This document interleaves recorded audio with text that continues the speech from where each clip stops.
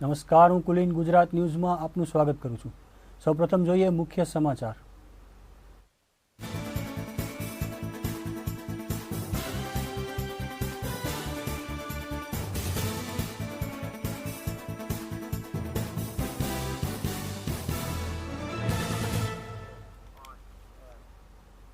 દેશના વડાપ્રધાન નરેન્દ્રભાઈ મોદી પોતાના 67મા જન્મદિવસ નિમિત્તે શનિવારે રાજકોટમાં 66 ઉપલબ્ધિઓ નામનો કાર્યક્રમ યોજવામાં આવ્યો હતો, જેમાં મેયર જયમન ઉપાધ્યાય, ભાજપ શહેર પ્રમુખ કમલેશ મીરાણી સહિતના નેતા અને આગેવાનો હાજર રહ્યા હતા।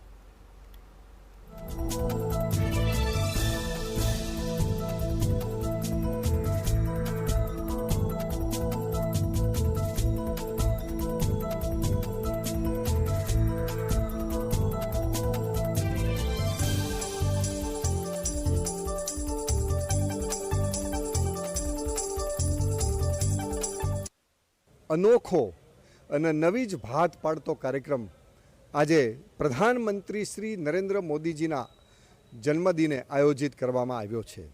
સૌરાષ્ટ્રના શૈક્ષણિક સામાજિક ક્ષેત્રના મહાનુભાવો દ્વારા 66 વર્ષ 66 સિદ્ધિઓ અને દશક ષષ્ટિ પૂર્તિનો સંકલ્પ, રાષ્ટ્રની સ્વપ્ન પૂર્તિનો આ પ્રકારનો એક કાર્યક્રમ આયોજિત કરવામાં આવ્યો છે।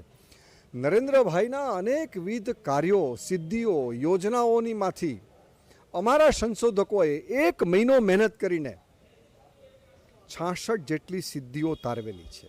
પ્રધાન નરેન્દ્રભાઈ મોદીનો 66મો જન્મદિવસ પૂરો કરી અને 67મો જન્મદિવસ જ્યારે ઉજવાઈ રહ્યો છે ત્યારે જોશીપુરા પરિવારે એક સુંદર કાર્યક્રમ રાખ્યો છે। મોદી સાહેબના 66 પ્રકલ્પો એનું વિવિધ વિદ્યાર્થીઓથી માંડી અને આગેવાનોની હાજરીમાં એનું વાંચન થાય છે।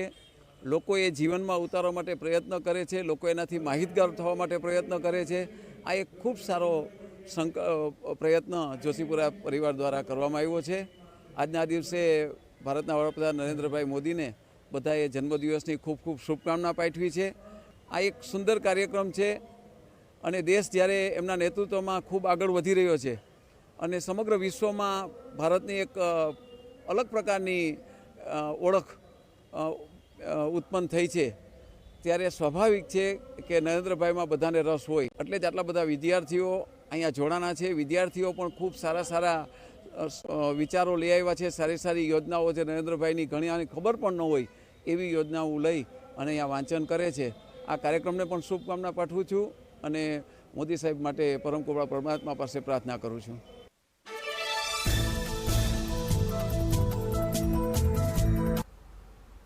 દેશના પ્રધાનમંત્રી નરેન્દ્ર મોદીના જન્મદિવસ નિમિત્તે આજે વિવિધ પ્રકારે શુભેચ્છાઓનો વરસાદ વરસ્યો હતો, ત્યારે પીએમને જે મહાનગર સાથે અતૂટ સંબંધ છે તેવા રાજકોટ શહેરમાં નાના મોટા સૌ કોઈએ પીએમનો બર્થડે ઉજવ્યો હતો।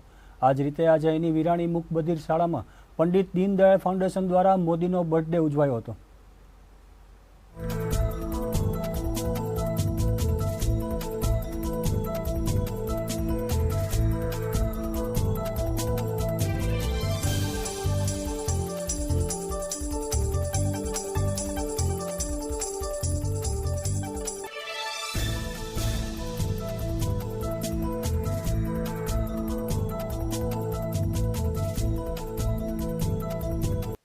ભારતના લોકનાયક નરેન્દ્રભાઈ મોદી પોતાના માદરે વતન ગુજરાત આવતા હોય અને એમના માતુશ્રીને વંદન કરી અને પોતાનો જન્મદિવસ વિકાસથી વંચિત રહી ગયેલા આદિવાસી ભાઈઓ બહેનોની વચ્ચે જ્યારે ગાળવાના હોય ત્યારે ગુજરાતની પ્રજાને હૈયે હર્ષની લાગણી હોય, સ્વાભાવિક જ છે। પરંતુ એમણે જે રીતે વિકલાંગો, દિવ્યાંગોની વચ્ચે પોતાનો જન્મદિવસ ઉજવવાનું નક્કી કરી અને હું માનું છું કે ભારતના સમગ્ર 125 કરોડ પ્રજાજનોને જે સંદેશો આપ્યો છે કે જે લોકોને શારીરિક ખામીઓ છે તે પણ આપણા જેવા જ હકદાર છે, તેઓ પણ આપણા જેટલા જ માનના હકદાર છે।